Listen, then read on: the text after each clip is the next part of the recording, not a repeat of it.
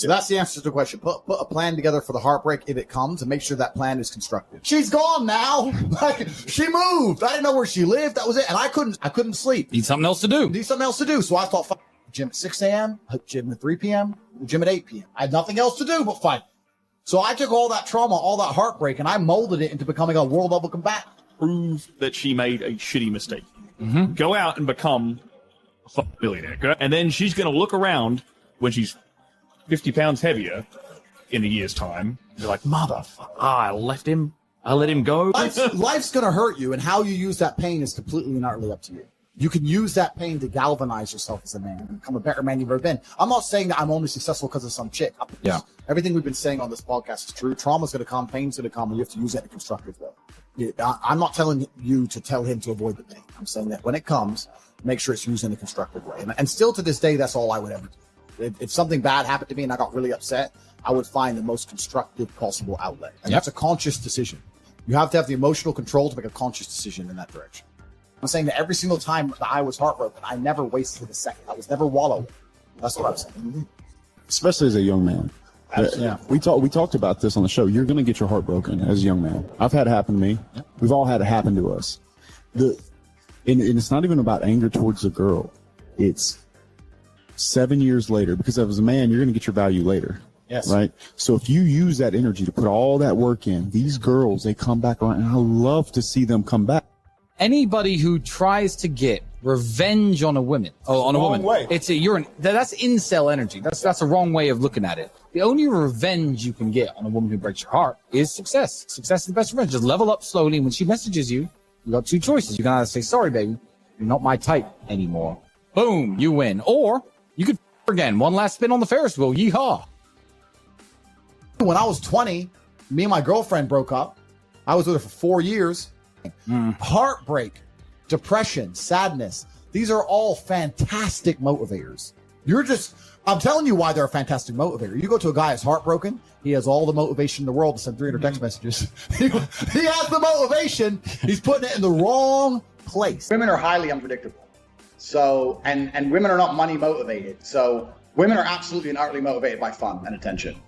Those two things. If a woman has a lot of attention and a lot of fun in her life, she's uninterested in anything else. So when I say women aren't money motivated, what I mean is they don't want to make their own money.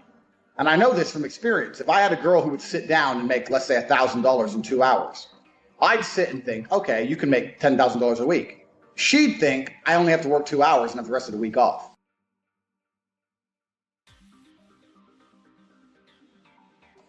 They have a completely different attitude towards being rich. They want a rich man because they want fun.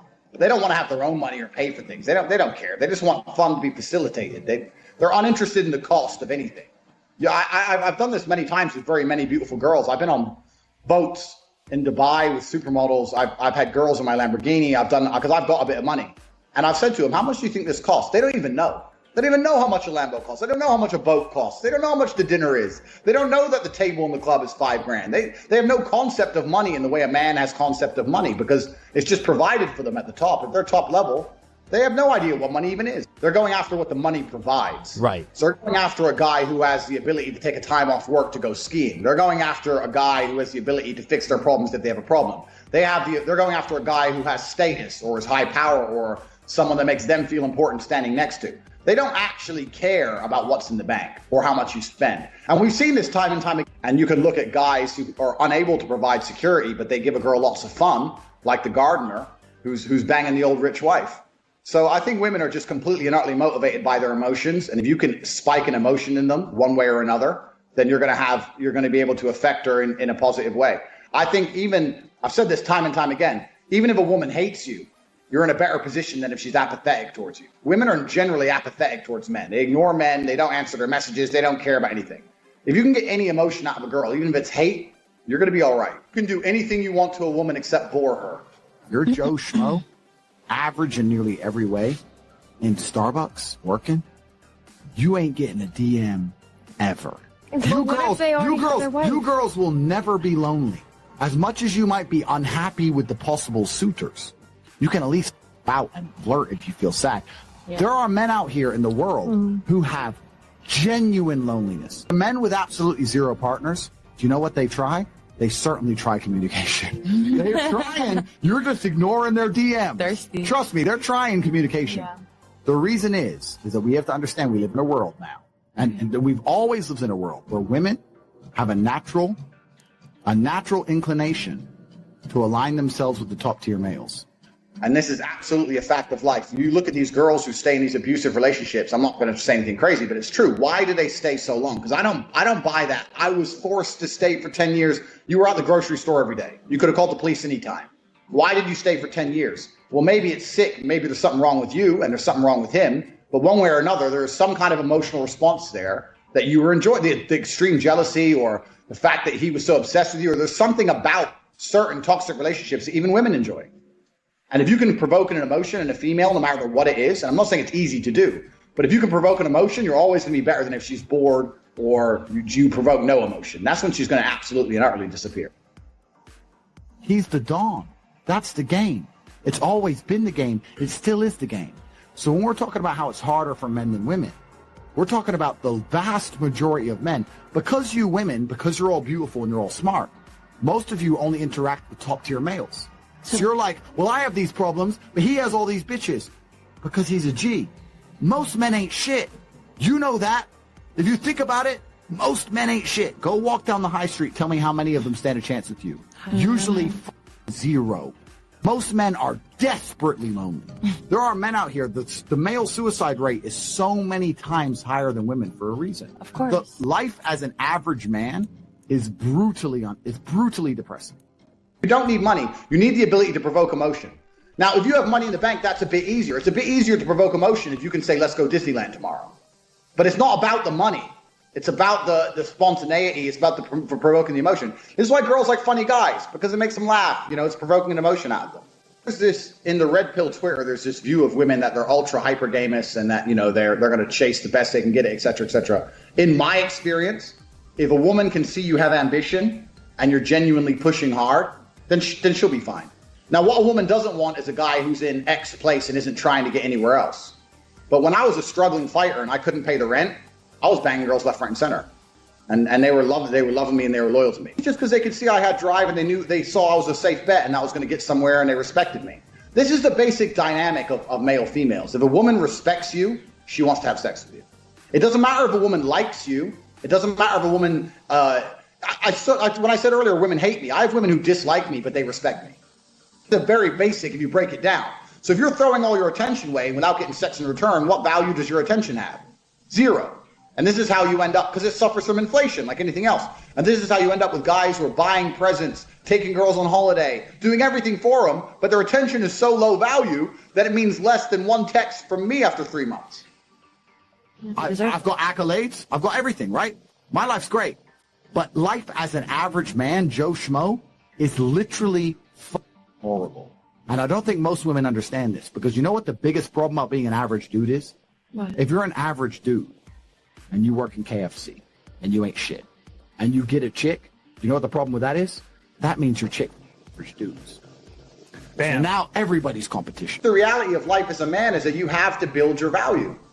People say to me all the time, oh yeah, Tate, you get girls. I said, I got girls because I became a kickboxing world champion. That's thousands of hours in the gym. Do it myself. So you have to build it as a man. This is just the unfortunate reality. If you're not prepared to do any work at all, you're going to suffer. So you can't hack. You can't hack having a personality. You can't trick a girl into thinking you're something you're not. If you want a woman to really respect you, then be a man worthy of respect. But I've been on dates with girls where they've just pushed it too far. I've been sitting there and they're like, oh, you know, guys like you think this and blah, blah, blah, just insulting me basically after about 5 minutes. I was extremely polite. I said, look, I'm sorry. You're an independent woman, so you can pay for your food. I'm uninterested in speaking to you any longer. I'm leaving. And when I left, I've never had a girl chase me so hard. Don't disrespect me. I'm not taking you on a meal to be disrespected. And guys take this crap from girls all the time. I see it all the time. Girls making fun of them, or girls on a date, or a girl talking to other guys while she has a boyfriend. I mean, I know the modern world says that's cool. To me, that's absolute disrespect. You're with me and you love me and you want to text this dude all day, and I'm supposed to sit here and let you? She's testing your caliber as a man. You either stand up and say, get out my house and I never want to see you again, or stop texting that guy. I think Instagram is the number one thing that nobody talks about. in the dating space and how it's completely changed everything. It's globalized the sexual dating market. If you were a beautiful girl from Moldova 10 years ago, you were trying to get the most desired guy in your town in Moldova. If you're a beautiful girl from Moldova now, you're on a yacht in Dubai because some sheikh has inboxed you because you have 250,000 followers. The whole sexual marketplace has been globalized to the point where anyone who's genuinely a 9 or a 10, you can look at these girls and you look and you see their travel schedule. You're talking about $1 million a year, the place these girls are going. Hey, do you want to come to Dubai? No, I don't want to be left with you. It's creepy. Okay, bring 5 of your friends.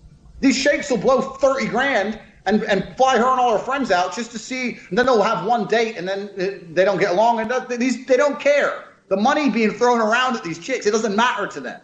So these girls at that kind of level, Instagram has changed the game, and it's changed it to a point where the idea of some 10 who's like humble and doesn't really know her own value and just wants a nice man, that is long gone. Beautiful females aren't going to the normal dive bar and just waiting for a dude to talk to them. Like, why would they? They can just, if they want a date any day of the week, they load up their Instagram profile, they see who's messaged them with a blue tick or who's messaged them with a bunch of followers or who messaged them with a profile that looks interesting, and they can get their date. Or even if they don't want a date, even if they're just a bit sad and want some validation, they can just reply to a few dudes. It's changed everything. So I teach my guys all the time, look, your Instagram profile is probably the easiest way to get laid today. Instagram's the ultimate dating tool. Even if you haven't got an interesting life, if you take cool pictures and you take a lot in a few different places, make it look like you travel, even if you cheat and buy followers, who gives a shit? Make yourself look like an interesting person. You'll talk to more girls through Instagram DMs than you ever will in a career or day game. So I see this all the time from like red pill guys. They'll say like, oh, that 19-year-old bimbo is just as valuable as that billionaire. It may not be fair. She may have got it easy, and we may not like to admit it, but she got the genetic gifts that make her just as valuable as Mr. Rich Guy. And this is the reality of the world. So beauty is absolutely a commodity. And for every commodity, there has to be an exchange. What can you offer in exchange? If you have Joe Schmo and his chick, Joe Schmo gets 0 DMs a year and possibly 1 chick a year who might talk to him. His average ass chick, her inbox is still full. Bam. She still has unlimited options. Maybe they ain't great options,